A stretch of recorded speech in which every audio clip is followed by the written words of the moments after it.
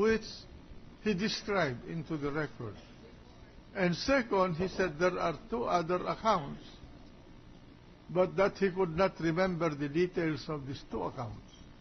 That it was not a fishing expedition. It was a part of the testimony of the bank president.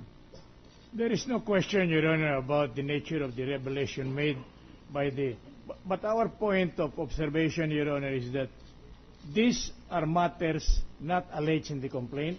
Neither is it part of the impeachment complaint, Your Honor, under impeachment number 2, Your Honor.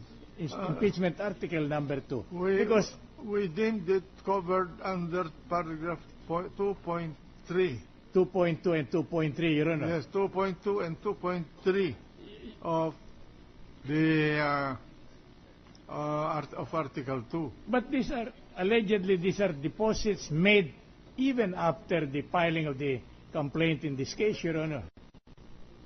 If I remember correctly, Your Honor, the complaint was filed in this case way back in December 2010, Your Honor, 2010. Yes. 2011, Your Honor.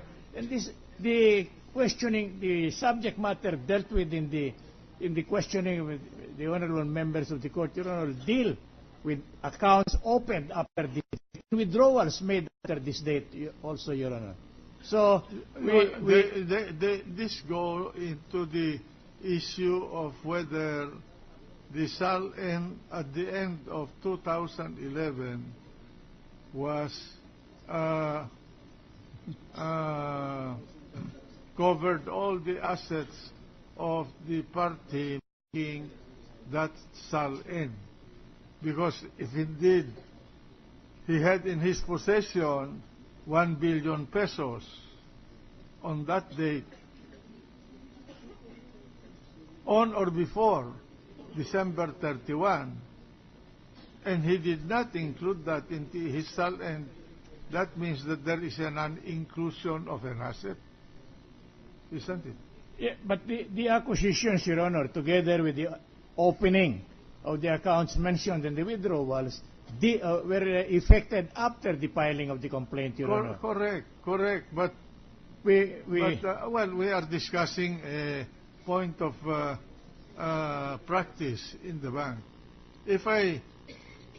If I deposited an amount at the beginning of the year, and then I withdrew it 1 month before the end of the year, and I hold the manager's check, so how do you characterize the manager's check? Not an asset? A liability? What? But our point, Your Honor, is in connection. Apparently, these are evidence being presented, Your Honor. And our point is, it is not circumscribed, neither does it fall within the ambit of the complaint, Your Honor. Mr. President. It is a right of the impeachment Chief Justice Corona, Your Honor, not to be asked to explain nor to make any statement with respect to those that does not fall within the coverage of the information complaint, Your Honor. Mr. President. That's only our point, Your Honor. Just a minute, please. May I have my time to discuss the matter with the defense counsel? Your Honor, I know a little bit of accounting. And when you prepare your balance sheet during the year, at the end of the year, which is actually the nature of a SALN, a balance sheet, a personal balance sheet.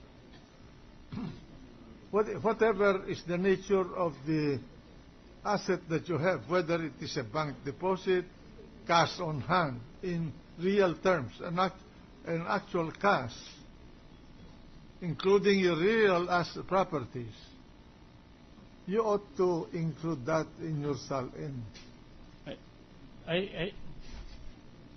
May I continue, Your Yes, Honor? yes. Your Honor, please. You're free to discuss with the chair. Your Honor, please. I'm not questioning, neither the defense is questioning, the production or the submission of any of these documents being referred to, Your Honor. What we are raising is a point which is very, very material insofar as the right to be informed of the nature of the charge and accusation against him on the part of the respondent impeachable public officer. If we examine the complaint, Your Honor, this and deal with or in question are only those until 2010, Your Honor. Therefore, any SAL-N after that is no longer within the coverage of the information. If this is a criminal case, Your Honor, certainly evidence to that effect must be excluded. And even if admitted, I'm sorry, Your Honor. Was the SAL-N alleged in the Article 2 specifically refers to referring to December 2010? Mr. President, we haven't filed 2011 yet. That was the point I was saying since I was standing up earlier. Thank you for the clarification. That is my point, Your Honor. First, it could not have been within the coverage of the complaint, for the reason that this complaint was filed 2010, Your Honor, 2011. And these acquisitions, depositing this amount, withdrawing it, are beyond the period covered in the impeachment complaint. Now, while it is true... Well, my suggestion, Your Honor, so that I can debate, we can discuss this lengthily. At the proper time, when your turn to present your evidence in chief, you can traverse this and say, well, these assets did not exist in the year 2010, so they could not have been included in the SAL-N of the respondent in 2010. They arose only at the beginning of 2011, and in which case your position is proper. That course, thank you, Your Honor, for the advice, Your Honor. But my point is a question of procedure and jurisdiction.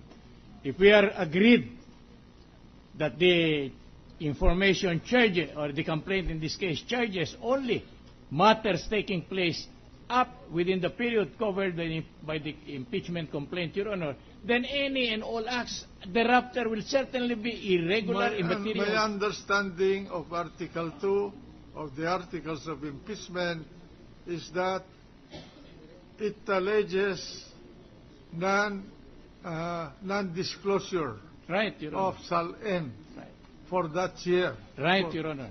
And non-inclusion of assets existing during that taxable year. Correct, Your Honor. All right. I'm sorry. So at the end of the period, that taxable period, the taxpayer or the public official is required to make a balance sheet for himself, which is known as a statement of assets and liabilities and net worth.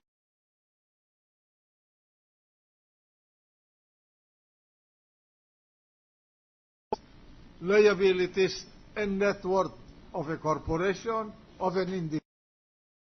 So, my understanding, my humble understanding, is that in preparing any balance sheet, then all liabilities current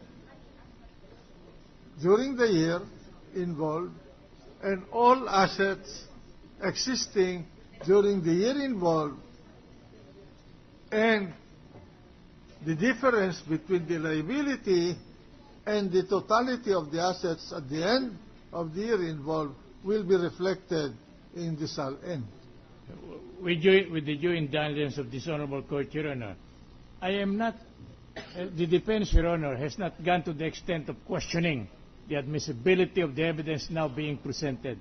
We are raising a very specific issue, Your Honor, and that is any and all matters subsequent to the filing of the complaint cannot be the subject matter of the impeachment complaint. Okay. That's our point, Your Honor. Well, anyway, you will have a time to traverse that when you present your evidence in chief. We will do that, Your Honor. Anyway, we are not precluded from resorting to other available remedies in favor of the Chief Justice, Your Honor. Yes. But we just place it on record, Your Honor, because while these matters are being discussed through the questioning of the members of this court, we cannot object, Your Honor. That's our only point, to place on record our